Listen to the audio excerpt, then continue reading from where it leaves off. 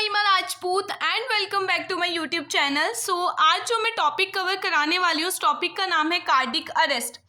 Cardiac arrest क्या होता है? कार्डिक अरेस्ट एक ऐसी कंडीशन होती है जिसमें हमारा हार्ट जो होता है वो प्रॉपरली कॉन्ट्रैक्ट और रिलैक्स नहीं करता, मतलब हार्ट के फंक्शंस डिटोरेट हो जाते हैं, जिसकी वजह से हमारी पूरी बॉडी में, मतलब जिसकी वजह से कार्डिक आउटपुट कम हो जाता है और हमारी बॉडी में ब्लड सर्कुलेट नहीं कर पाता। उस कंडीशन को हम कार्डिक अरेस्ट बोलते हैं। कार्डिक अरेस्ट जो होता है किसी भी पर्सन को हॉस्पिटल में या आउटसाइड द हॉस्पिटल ये कंडीशंस हमें देखने के लिए मिलती हैं। कार्डिक अरेस्ट के जो कॉजेज होते हैं हमारे, कार्डिक अरेस्ट के कुछ कार्डिक कॉजेज होते हैं, नॉन कार्डिक कॉजेज होते हैं। कार्डिक कॉजेज में हमारा जैसे कि कार्डियोमायोपैथी, अगर पेशेंट की हार्ट की मसल्स जो हैं उनमें किसी भी तरीके का इन्फेक्शन है, देन इस्चेमिक हार्ट डिजीज की वजह से हो सकता है, hypertensive heart disease, congestive heart failure, myocardial infarction, इन सारी प्रॉब्लम की वजह से हमें कार्डिक अरेस्ट देखने के लिए मिलता है। ठीक है, नेक्स्ट आता है नॉन कार्डिक कॉजेज। इसमें हमारे पल्मोनरी एम्बोलिज्म अगर पेशेंट को है तो कार्डिक अरेस्ट हो सकता है हमारा। इंट्राक्रेनियल हैमरेज, अगर ब्रेन हैमरेज पेशेंट को हुआ है तो कार्डिक अरेस्ट होने के चांसेस हैं। मेडिकेशन की ओवरडोज हो जाने की वजह से, such as calcium channel blocker जो कि एंटी हाइपरटेंसिव मेडिकेशन है। हाइपोक्सिया, ऑक्सीजन की कमी हो जाने की वजह से। हाइपोवॉल्यूमिया, हार्ट का जो वॉल्यूम होता है जब वो कम हो जाता है, मतलब ये भी वही कंडीशन है, ये भी मैं आपको सेपरेट पढ़ाऊंगी। हाइपोवॉल्यूमिक शॉक्स भी होते हैं हमारे, जिसमें हमारा हार्ट प्रॉपरली फंक्शन नहीं करता। गैस्ट्रोइंटेस्टाइनल ब्लीडिंग, अगर हमारे जीआई ट्रैक में कोई इंटरनल ब्लीडिंग है उस कंडीशन में कार्डिक अरेस्ट देखने के लिए मिलता है।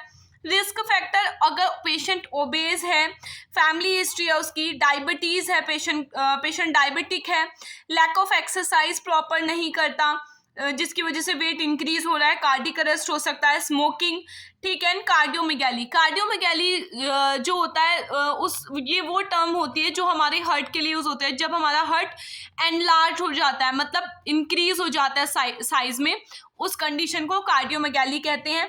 नेक्स्ट आते हैं इसके क्लिनिकल मैनिफेस्टेशंस। तो इसमें हमें शॉर्टनेस ऑफ ब्रीथ, जब मतलब सबसे पहले जो पेशेंट है वो प्रॉपरली सांस नहीं ले पाएगा।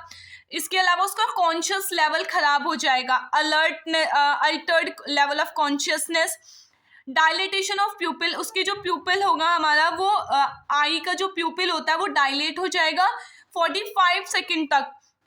पेशेंट बेहोश होके गिर जाएगा, उसकी पल्स कम हो जाएंगी, या उसका ब्लड प्रेशर लॉस हो जाएगा, लो ब्लड प्रेशर हो जाएगा। Dizziness, fatigue, chest pain, patient को स्वेटिंग होने लगेगी।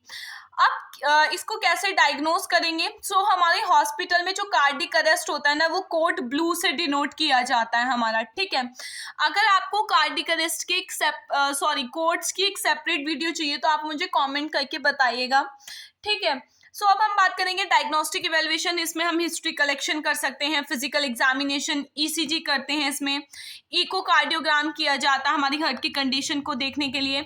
एबीजी एनालिसिस, एबीजी एनालिसिस को कहते हैं आर्टरियल ब्लड गैस एनालिसिस, जो किया जाता है हमारे ब्लड में हमारे ऑक्सीजन, कार्बन डाइऑक्साइड, जितनी भी गैसेस होती हैं उनके लेवल को चेक करने के लिए। इसके बाद मैनेजमेंट में कुछ गोल्स आते हैं हमारे कि हमें क्या क्या गोल अचीव करने हैं। हमें पेशेंट का कॉन्शियस लेवल मेंटेन करना है, पेशेंट का ब्लड सर्कुलेशन मेंटेन करना है, उसकी लाइफ को सेव करना है, उसकी जो भी नॉर्मल रेस्पिरेशन है उसे मेंटेन करना है, कॉम्प्लिकेशन को प्रिवेंट करना है हमें, और कार्डिक अरेस्ट को फर्दर होने से प्रिवेंट करना है। नेक्स्ट इसका इमरजेंसी मैनेजमेंट। इमरजेंसी जो मैनेजमेंट होता है कार्डिक अरेस्ट की कंडीशन में वो हम सीपीआर परफॉर्म करते हैं। सीपीआर की फुल फॉर्म होती है कार्डियो पल्मोनरी रिसस्टिटेशन। नेक्स्ट टॉपिक, इस वीडियो के नेक्स्ट टॉपिक जो कल होगा वो सीपीआर पे हम लोग करेंगे। मैं आपको कार्डियो पल्मोनरी रिसस्टिटेशन के बारे में प्रॉपर चीज़ें बताऊंगी कि वो कैसे कार्डिक अरेस्ट की कंडीशन में किया जाता है, और या फिर आप अगर कार्डिक अरेस्ट कंडीशन नहीं है और पेशेंट को कोई भी हार्ट या फिर रेस्पिरेटरी ट्रैक से रिलेटेड कंडीशन है तब हम किस तरीके से सीपीआर कर सकते हैं, क्या पोजीशन होगी सीपीआर की, कौन कौन से स्टेप्स होते हैं सीपीआर में। यस, हम सीपीआर परफॉर्म करते हैं। सीपीआर कौन परफॉर्म करता है? हॉस्पिटल में सीपीआर परफॉर्म करने की जो टीम होती है उसे क्रैश टीम बोला जाता है।